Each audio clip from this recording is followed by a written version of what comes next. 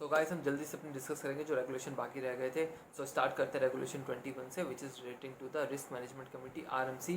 इसकी मैंडेटरी जब भी होगी अगर आपकी किसी लिस्टेड एंटिटी के मार्केट कैपिटलाइजेशन केस पे वो टॉप 1000 में आ चुकी है तो उसके ऊपर एप्लीकेबल होगा, या फिर वो हाई डेप्ट लिस्टेड एंटिटी है जिसका गेटा 500 करोड़ से ऊपर है उसके ऊपर एप्लीकेबल है। तो हम चेक करेंगे कि मिनिमम 3 मेंबर होने चाहिए उस कमेटी के अंदर, जिसमें कि मेजोरिटी ऑफ डायरेक्टर होंगे, बिकॉज इसके अंदर senior executive can also be appointed as a member.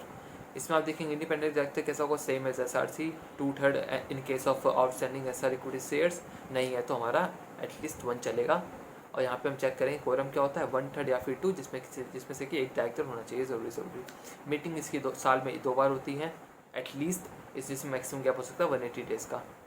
इसके अंदर एक और चीज़ है, आपको देखना पड़ेगा कि इनकी पावर्स क्या होती हैं प्लस इनके फंक्शंस क्या होते हैं।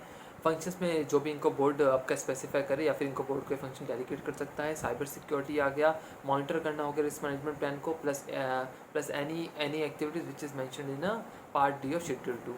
ये इनकी हो गया एक फंक्शंस होगा। इसके बाद हम चेक करेंगे पावर्स क्या है, seek any information from any employ, obtain any legal और प्रोफेशनल एडवाइस, और securing attendance for of any और एक्सटर्नल एक्सपर्ट। सो ये 3 चीज़ें हो गई। इसके साथ ही ये रेगुलेशन खत्म 21 वाले। इसका हम स्विच करेंगे रेगुलेशन 23 पे, which is related party transaction. Simple है, कुछ नहीं है, ऑडिट कमेटी से अप्रूव होनी चाहिए, सबकी सब शेयर होल्डर से अप्रूव होनी चाहिए, और वो पर्सन यहाँ पे वोट नहीं करेगा रेजोल्यूशन में जो कि रिलेटेड पार्टी है। डन।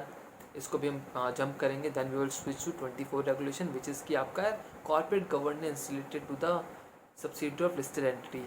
इसके अंदर आप चेक करोगे लिस्टेड एंटिटी का एक independent director will be a part of board of directors of subsidiary होना चाहिए। अगर कोई सब्सिडरी हमारी कोई ऐसी मटेरियल ट्रांजैक्शन या अरेंजमेंट में इन्वॉल्व हो रही है तो उसकी डिटेल्स को सबमिट करनी पड़ेंगी लिस्टेड एंटिटी को on a periodical basis, plus उसको अपने फाइनेंशियल्स और अपने मिनट्स ऑफ बोर्ड मीटिंग को भी सबमिट करने पड़ते हैं रिव्यू के लिए।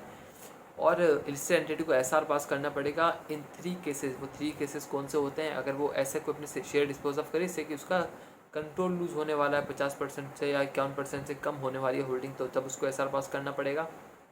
अगर वो 20% से ऊपर असेट डिस्पोज ऑफ करे तो उसको SR पास करना पड़ेगा, प्लस वो डिसीजन ऑफ कंट्रोल करना चाह रही है तो उसको पास करना पड़ेगा। और ये ऐसा रिक्वायर्ड नहीं होगा अगर ये हमारा ड्यूटी हो रहा है आपका कोई ऑर्डर जो कि हमारा पास हुआ है ट्रिब्यूनल या कोर्ट से। वो होता है ना कि यार कई बार इन सो मेनी केसेज और कोई कोर्ट ही बोलता है कि आपको अपना कैपिटल स्ट्रक्चर करना पड़ेगा, डी इन्वेस्टमेंट करना पड़ेगा, तो वैसा होता है। इसके बाद हम जाते हैं regulation 27, which is very easy, कुछ नहीं है, कंप्लायंस करना है कॉर्पोरेट गवर्नेंस के साथ। ये एज ओवरऑल लिस्टेड एंटिटी के लिए तो आपको क्वार्टरली बेस पे स्टेटमेंट सबमिट करनी पड़ेगी, हमने कितना कंप्लाई करा है कितना नहीं करा है कॉर्पोरेट गवर्नेंस से 21 दिन के अंदर from the end of quarter. इसके बाद हम जाएंगे regulation 29, prior intimation of board meeting to stock exchange. कब करेंगे, किन प्रपोजल के लिए करेंगे, कितने दिन पहले करेंगे वो चेक करेंगे। 2 दिन पहले करना पड़ेगा, 2 वर्किंग डे पहले। किस केस में, अगर आप कर रहे हैं बाईबैक, या आप कर रहे हैं बोनस सिक्योरिटी इशू, या फिर आपका है डिविडेंड का रिकमेंडेशन या फिर declaration, voluntary delisting, in cases में आपको करना पड़ेगा। Then you will switch to the other one, जो कि होता है 5 दिन पहले आपको करना पड़ेगा जब आप फाइनेंशियल स्टेटमेंट्स को अपने करने वाले होते हैं बोर्ड के अंदर प्रेजेंट। उसके बाद आपका होता है 11 दिन पहले, अगर आप कोई ऐसा कुछ चेंज कर रहे हैं, आप जो आपके शेयर होल्डर्स के प्रिविलेजेस राइट होते हैं उसके चेंज करने वाले हैं, या फिर आप डेट चेंज करने वाले हैं इंटरेस्ट पेमेंट की या डेब्ट पेमेंट की। सो ये हमारा regulation 29। Then we will switch to the regulation 31, which is कहते हैं holding of security and share holding pattern. इसके अंदर आप देखेंगे कि यार आपको एक स्टेटमेंट सबमिट करें, इसमें आपको बताना पड़ेगा कि कितनी आपने सिक्योरिटीज होल्ड रखी है, प्लस आपको शेयर होल्डिंग पैटर्न क्या for each class of securities. इसमें 3 चीज़ें और हैं, कब करना पड़ता है, 1 day prior to listing, 20 days at the end of each financial year, plus आपका 10 days के अंदर इंटीमेट करना पड़ेगा अगर आपने कोई ऐसा कैपिटल रिस्ट्रक्चरिंग करा है जिससे कि आपका चेंज 2% एक्सीड कर रहा है आपके पेड अप कैपिटल को। सो ये था अपना रेगुलेशन 31।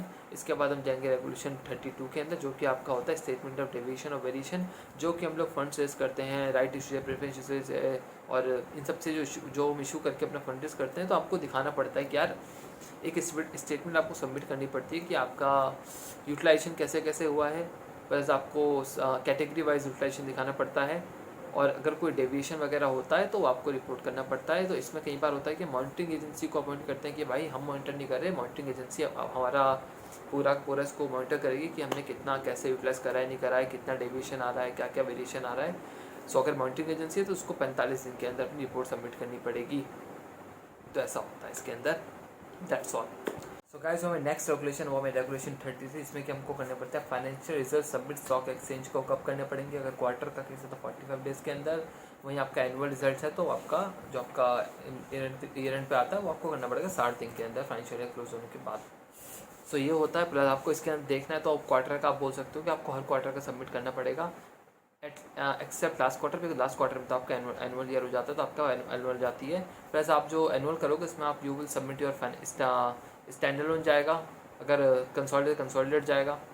प्लस आपका ऑडिट रिपोर्ट जाएगी स्टैंडर्ड लोन की और कंसोलिडेट की, और कोई क्वालिफिकेशन है तो उसके लिए भी जाएगी रिपोर्ट। तो ये था आपका regulation 33। Then we will switch to regulation 34 which is the annual report. Annual report आपको स्टॉक एक्सचेंज को देनी पड़ती है not later than day you are intimating to the share holders.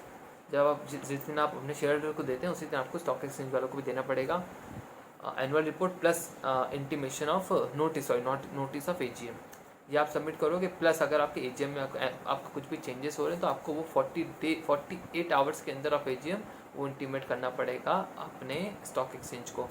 Then we have a regulation number 36, इसमें क्या होता है documents और इन्फॉर्मेशन टू शेयर होल्डर्स।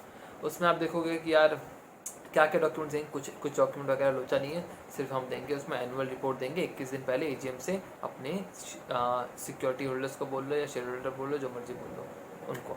इसके बाद हमारा रेगुलेशन 46 जिसमें कि हमारा वेबसाइट क्या होना चाहिए भाई, मैंडेटरी वेबसाइट होने के लिए लिस्टेड एंटिटी के लिए। प्लस आपकी वेबसाइट होनी चाहिए, वर्किंग होनी चाहिए, प्लस उसके अंदर जो भी कंटेंट है करेक्ट होना चाहिए।